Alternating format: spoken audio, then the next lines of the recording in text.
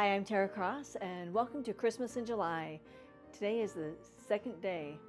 Today we're going to go over how to make a Santa Village tree skirt. And I'm going to do the little steps and take you through it.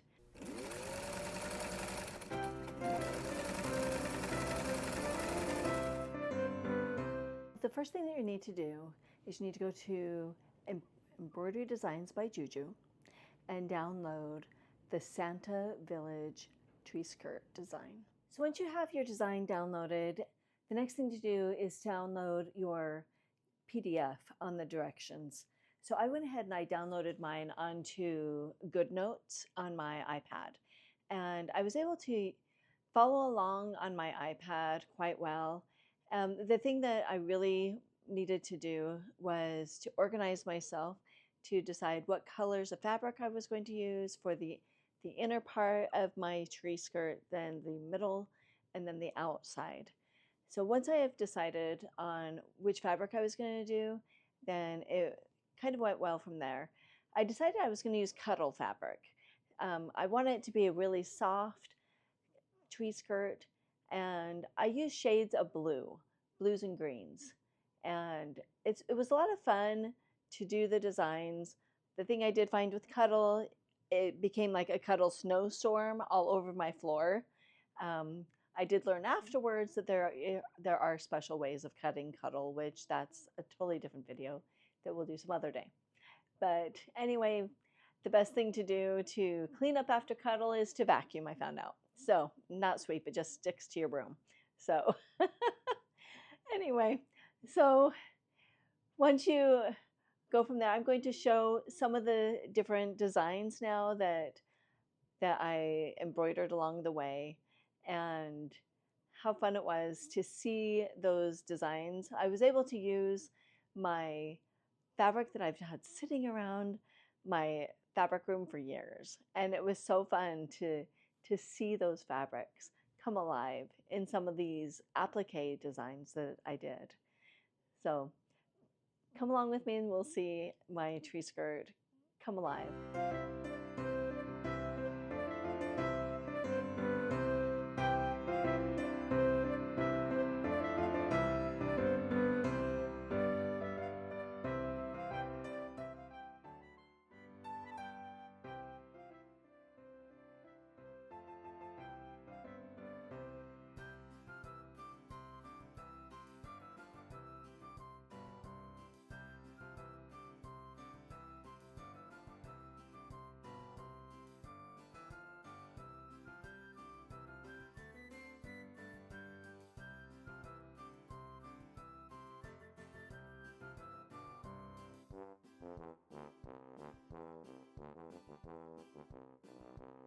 Done it, and the thing that really prepared me for making my tree skirt is one gal shared that it's going to take a good month to make this. So what you want to do is just plan that every day you're going to do 1 to 2 of your pieces.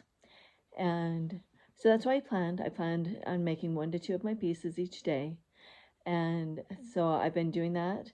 And then now I'm to the part where all of my pieces are sewn together.